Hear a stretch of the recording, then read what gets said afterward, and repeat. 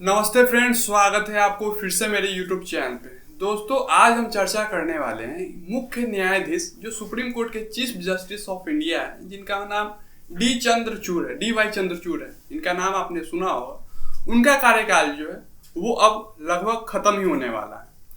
तो D Y Chandrachud का कार्यकाल खत्म हो जाएगा तो अब अगला नाम जो है वो संजीव खन्ना जी का आ रहा है। वो भी जो है सुप्रीम कोर्ट के मुख्य जजों में से एक है। तो आप इस वीडियो में बने रहिए। हम आपको इस वीडियो के माध्यम से यह बताएंगे कि जब सीजेआई चंद्रचूड़ साहब का कार्यकाल खत्म हो जाएगा तो अगला मुख्य न्यायाधीश का नाम संजीव खन्ना जी का आ रहा है। तो संजीव खन्ना जी कौन है और इन्होंने अपने कार्यकाल में क्या क्या मुख्य फैसले दिए हैं, तो इन सारे बिंदुओं पे जो है वो चर्चा करेंगे। आप जो है वो बस वीडियो में अंत तक जरूर बने रहिएगा। देखिए, सीजेआई चंद्रचूड़ साहब का जो कार्यकाल है वो 10 नवंबर को खत्म होने वाले हैं। तो जब 10 नवंबर का इनका कार्यकाल खत्म हो जाएगा तो संजीव खन्ना साहब का नाम आ रहा है। तो मुख्य न्यायाधीश ने जो है वो कानून मंत्री को एक पत्र लिखा और उस पत्र में न्यायाधीश चंद्रचूड़ साहब ने जो है वो संजीव खन्ना जी का नाम का सुझाव रखा है, प्रस्ताव रखा है। और यह प्रस्ताव पे अगर हस्ताक्षर कानून मंत्री के द्वारा कर दिया जाता है तो अगला जो मुख्य न्यायाधीश होंगे, यानी कि 52वां मुख्य न्यायाधीश जो होंगे वो संजीव खन्ना जी होंगे। 51वां मुख्य न्यायाधीश अभी चंद्रचूड़ साहब है, लेकिन इनके कार्यकाल खत्म होने के बाद भारत को जो है वो 52वां न्यायाधीश संजीव खन्ना के रूप में जो है वो मिल जाएंगे। तो अब हम जो है वो संजीव खन्ना जी के बारे में थोड़ा सा जान लेते हैं। देखिए, 2005 में संजीव खन्ना जी जो है वो दिल्ली उच्च न्यायालय के अतिरिक्त न्यायाधीश के रूप में जो है वो पदोन्नत किया था, यानी कि एडिशनल जज के तौर पे उन्होंने जो है वर्ष 2005 में दिल्ली हाई कोर्ट के अंदर जो है वो इनरोलमेंट किए थे। और इसके ठीक एक साल बाद वर्ष 2006 में संजीव खन्ना जी जो है वो परमानेंट जज दिल्ली हाई कोर्ट के अंदर बन गए। संजीव खन्ना जब दिल्ली हाई कोर्ट के अंदर जज थे उस समय इन्होंने जो है वो बहुत सारे पोजीशन बनाए रखे, जैसे कि दिल्ली जुडिशियल एकेडमी में इन्होंने पोजीशन हासिल की, दिल्ली इंटरनेशनल एब्रीविएशन सेंटर में पोजीशन हासिल की, और इसके साथ ही district court of mediation centre में जो है इनका पोजीशन जो है वो बना रहा दिल्ली हाई कोर्ट के जज रहते हुए भी। और इसके ठीक कुछ साल बाद वर्ष 2019 जनवरी के महीने में ही संजीव खन्ना जो है वो सुप्रीम कोर्ट के जज बन गए। संजीव खन्ना जी कुछ चुनिंदे जजों में से जो बिना हाई कोर्ट में चीफ जस्टिस बने हुए ही जो है सुप्रीम कोर्ट में जज बन गए। हाई कोर्ट के अंदर चीफ जस्टिस नहीं बने हुए रहते हैं और वो डायरेक्ट जो है वो सुप्रीम कोर्ट के अंदर जज बन जाते हैं। तो वैसे ही चुनिंदे जजों में से इनका नाम जो है वो एक है। संजीव खन्ना जी सुप्रीम कोर्ट के अंदर जज रहे।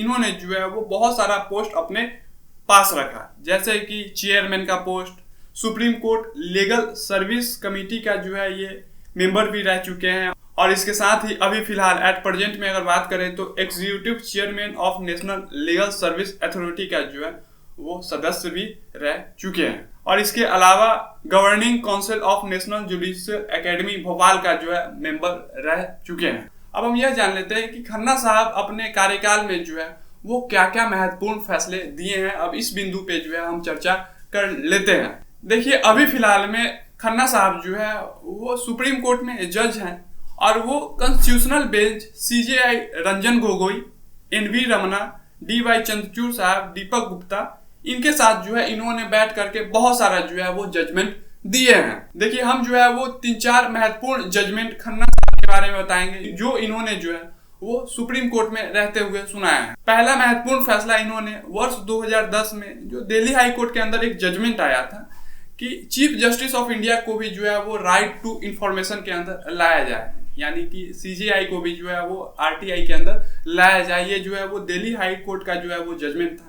इस फैसले को इन्होंने जो है वो सुप्रीम कोर्ट के अंदर बरकरार रखा। बरकरार रखने का मतलब ये हो गया है कि इन्होंने जो है इस फैसले को सही ठहराया। दूसरा महत्वपूर्ण फैसला ये है कि इन्होंने इलेक्टोरल बॉन्ड स्कीम को जो है वो असंवैधानिक ठहरा दिया, यानी कि अभी आपने सुना होगा कि इलेक्टोरल बॉन्ड को जो है वो सुप्रीम कोर्ट ने खारिज कर दिया है, अनकॉन्स्टिट्यूशनल ठहराया है। तो इस फैसले में जो है वो खन्ना साहब का भी जो है वो जजमेंट रहा था। इन्होंने कहा था कि इलेक्टोरल बॉन्ड में जो है वो कौन कितना पैसा दे रहा है इसका जो है वो सही पता नहीं चल रहा है, पारदर्शिता नहीं है थोड़ा भी, है। तो ये जो है वो कहीं से भी संवैधानिक नहीं है और इन्होंने जो है वो इलेक्टोरल फंडिंग को जो है वो गलत ठहरा दिया, अनकॉन्स्टिट्यूशनल ठहरा दिया और इसे जो है वो रद्द करवा दिए। फिर इसी साल अप्रैल के महीने में एक जो है वो प्ली डाली गई थी सुप्रीम कोर्ट के अंदर। प्ले यह था कि क्रॉस वेरिफिकेशन किया जाए ईवीएम को वीवीपैट के साथ, यानी कि जो चुनाव होते हैं ईवीएम में जो है वो वोट डाले जाते हैं। तो एक सुप्रीम कोर्ट के अंदर प्ले डाला गया था कि इस चीज को जो है वो किया जाए कि ईवीएम मशीन के साथ साथ जो है वो वीवीपैट मशीन का भी जो है वो वोट को काउंट किया जाए। लेकिन जस्टिस खन्ना साहब ने जो है इस चीज से साफ मना कर दिया और उन्होंने कहा कि इलेक्शन कमीशन ऑफ इंडिया जो भी चीज कर रही है, चुनाव करवा रही है, सारे वोटिंग की गिनती करवा रही है, उन पे जो है वो विश्वास रखे, इलेक्शन कमीशन ऑफ इंडिया पे जो है भरोसा बनाए रखे। और जो प्ली डाली गई थी सुप्रीम कोर्ट के अंदर कि ईवीएम के साथ साथ वीवीपैट को भी मैच किया जाए, क्रॉस वेरिफिकेशन किया जाए, इस प्ली को इन्होंने जो है वो खारिज कर दिए।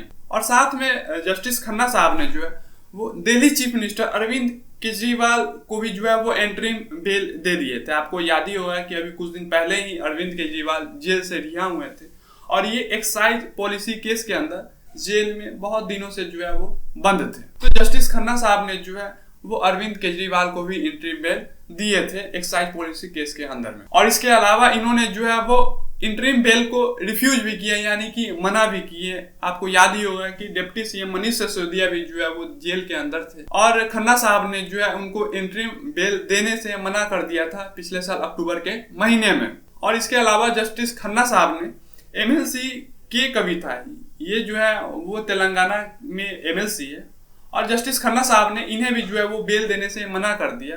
कविता जी जो है वो लिकर पॉलिसी केस के अंदर वर्ष 2023 में जेल गई थी और इन्होंने जो है वो एंट्रीम बेल फाइल की थी, लेकिन जस्टिस खन्ना साहब ने जो है इसे खारिज कर दिया। तो बहुत सारे जो है वो फैसले, जजमेंट जो है वो जस्टिस खन्ना साहब ने जो है वो देशों के हित में जो है, समाज के हित में जो है वो सुनाई है। अब इनका नाम जो है वो दिल्ली सुप्रीम कोर्ट में सीजेआई के रूप में आ रहा है कि अगला सीजेआई जो है वो खन्ना साहब बनेंगे। तो इस पे आपका क्या राय है, इस पे आपका क्या तर्क है, इस पे आप क्या कहना चाहते हैं? आप अपना राय जो है वो कमेंट के जरिए कमेंट बॉक्स में देने की कोशिश जरूर कीजिएगा। धन्यवाद।